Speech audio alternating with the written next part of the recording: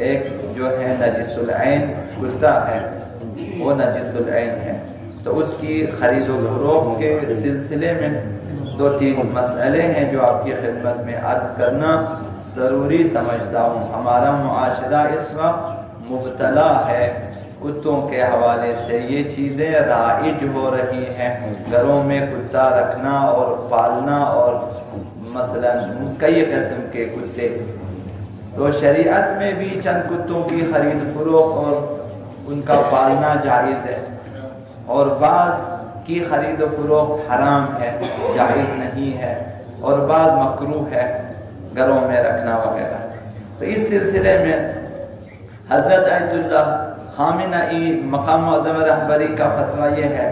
کہ شکاری کتے کی خرید و فروخت جائز ہے۔ شکاری کتا وہ جو شکار کرنے کے لیے انسان اسے رکھ لیتا ہے اور اس کی تربیت کرتا ہے۔ شکاری کتے میں تربیت شدہ ہونا شرط ہے کہ اسے اس طرح سے تربیت کیا ہو کہ جب اس کا مالک کہے کہ جاؤ تو وہ جائے، جب کہے رکو تو وہ رک جائے، اس طرح اس کی تربیت ہونی چاہیے۔ شکاری کتا جب شکار کرتا ہے اور باقی شرائط کے ساتھ، مثلا مالک مسلمان ہو اور کتا تربیت شدہ ہو، اور جب مالک اسے بھیجے تو اللہ کا نام لے کر بھیجے، یا پھر کتے کا شکار تک پہنچنے سے پہلے وہ اللہ کا نام لے لے، اور کتا جو ہے مالک کے کہنے پر اس کا شکار کرے اور اس اپنے دانتوں سے اسے زخم لگائے، اور مالک پہنچنے سے پہلے اگر شکار مر جائے مثلا تو وہ شکار حلال ہے، شکاری کتے۔ تو اسی طرح سے بعض کتے ہیں وہ کھیتوں کی رکھوالی کے لیے ہے، اور بعض کتے جو ہیں وہ ریوڑ وغیرہ جو ہے گلبانی کے لیے ہیں، تو ان کی خرید و فروخت اور رکھوالی جو ہے ان کا گھروں میں رکھنا جائز ہے۔ اور ان کے علاوہ دوسرے بیکار کتے جس کا کوئی فائدہ نہ ہو، ان کا پالنا مذموم ہے۔ ابھی جو رائج ہو رہی ہے وہ نہ شکاری کتے ہیں نہ رکھوالی کتے ہیں، وہ تزئینی ہے کہ انسان شوق رکھتا ہے کہ کتے کو سجائیں اور اس کے گلے میں جو ہے وہ پٹا ڈالیں اور پھر ہاتھ میں لے کے بس گھومنا شروع کر دیں۔ بعض خواتین حتیٰ اسلامی ممالک میں مبتلا ہو چکی ہیں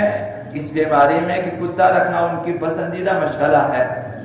کہ کتا رکھ لیتے ہیں اور وہ مثلا ان کے ساتھ اٹھنا بیٹھنا کھیلنا، ان کو اپنے ساتھ ٹیبل پہ رکھنا، اپنے ساتھ دفتر لے کے جانا، یہ چیزیں۔ تو باقی جو پالتو کتے ہیں ان کا پالنا مذموم ہے، قابل مذمت ہے، انہوں نے کہا حرام ہے، قابل مذمت ہے۔ اگر یہ کام کہ تزئینی کتے گھروں میں ایسے ہی شوقیہ رکھنے والے کتے، قسم قسم کے کتے ہیں، پھر ان کو ان کا میک اپ بھی ہوتا ہے، پھر ان کے لیے مثلا یہ چیزیں، اگر یہ کفار سے شباہت کی صورت پیدا کرے جس طرح کفار ممالک میں رائج ہیں، اس طرح سے اگر شباہت پیدا کرے تو اس طرح سے کتے رکھنا حرام ہے۔